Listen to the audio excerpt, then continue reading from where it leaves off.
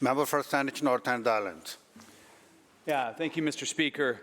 This BC NDP government hopes that corporations like TELUS will step in and fix the growing primary health care crisis through their efforts that they frame as social capitalism, really just profiteering from the delivery of health care. Now let's look at another crisis that's facing British Columbians: housing. Renters are suffering. BC has the highest rents in Canada. In Vancouver and Victoria, rent has jumped 20% in the last 6 months. There's not enough supply, and what is available is excruciatingly expensive. I was stunned to find an article that assured me that if I can't afford housing, I should just buy into a REIT. Now, a REIT stands for a Real Estate Investment Trust. It's a corporation that owns and operates, quote, income-producing real estate, end quote. Articles pumping REITs state that shareholders can have all the profits of being a landlord without any of the inconveniences such as, quote, hard-to-please tenants, end quote. And here's the kicker. Investors who purchased Canadian residential REITs since 2012 have received a 220% return. Through you, Honourable Speaker, to the Minister of Finance or the Minister of Housing, real estate investment trusts are generating huge returns for their shareholders by financializing our housing stock, making housing more and more unaffordable.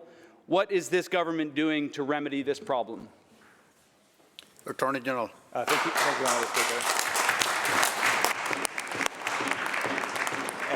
And thank you to the member for raising this important issue. We've seen really escalated REIT activity in the CRD, in the Victoria area, and we expect to see that accelerating in different parts of the province.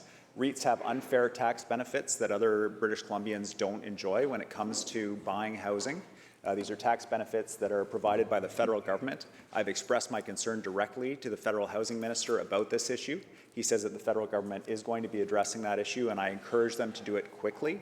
The financialization of our housing market, we know where that goes. We've seen it in 2008 in the United States when investment in housing gets out of hand and it's not adequately policed. What we need to be investing is in the building of affordable housing, which is what our government is doing, and we can't have it undermined by federal tax benefits for these investment vehicles that make life less affordable for British Columbians.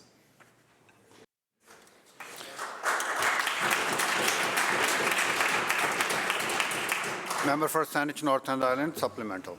It becomes problematic, Mr. Speaker, when we're building more housing supply, and yet that housing supply is vulnerable to corporations purchasing it and driving the cost of rent up for British Columbians.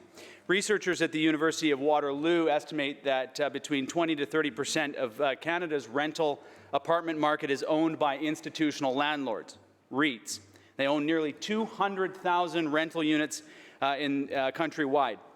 CBC's Fifth Estate reported on the devastating impact that REITs are having for renters. There was story after story of people losing their homes due to these corporations buying aging apartment blocks and renovicting them. One quote stuck with me, and it goes back to the so-called social capitalism that I raised yesterday in question period and this morning. Michael Brooks, CEO of RealPac, an association representing the largest institutional landlords across the country, was willing to be more honest about what the business model actually is. Quote, everyone in the private sector is self-interested in maintaining and growing their income, and they all want to be seen as contributing to the solution and not being part of the problem. However, they've got their own obligations. They've got their own investors, their own pensioners to fund. They've got to manage costs. Deeply affordable housing is a public good. The private sector is not primarily in the business of providing a public good. Through you, Honourable Speaker, to the Minister of Housing, it is one step to talk to the federal government about changing the tax laws.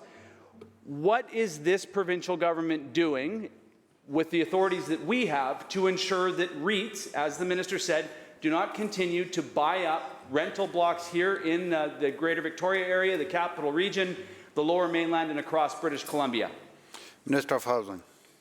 Thank you very much, Honourable Speaker. In his preamble, the member made a number of assertions about the Minister of Health and TELUS. I just want to remind the member and all members of this House that the Minister of Health has been on the front lines of ensuring our public health care system is protected from profiteering. He's been a champion. He's brought into force rules around private delivery of health care and charging additional fees that were not enforced before. I just wanted to address that issue.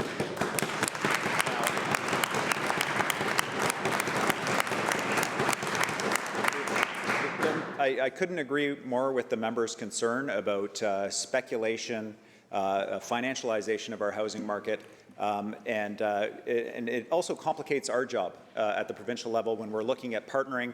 Part of my mandate letter is to work with the nonprofit housing associations to find opportunities to acquire privately owned rental housing and to ensure affordability, and where it needs to be redeveloped, that it's redeveloped in a way that protects tenants and increases the number of units available on sites. That makes it harder for the province when we're competing with money from around the world. We started this conversation in 2016 around international money coming into our housing market. I know the opposition at the time was concerned about it. They seem less interested now about speculation in the housing market than they used to be, but we remain concerned about it. And it's not just international money coming in through individual buyers. It's money from across North America through REITs. We need the federal government to step up on this, and we will continue to pressure them. But we're also putting in place rules that landlords that operate in BC, whether they're REITs or anyone else, restricting their ability to evict people for renovictions, dem evictions. We put an enforcement team in place in the residential tenancy branch to ensure the rules are followed, and we will keep doing that work to protect tenants.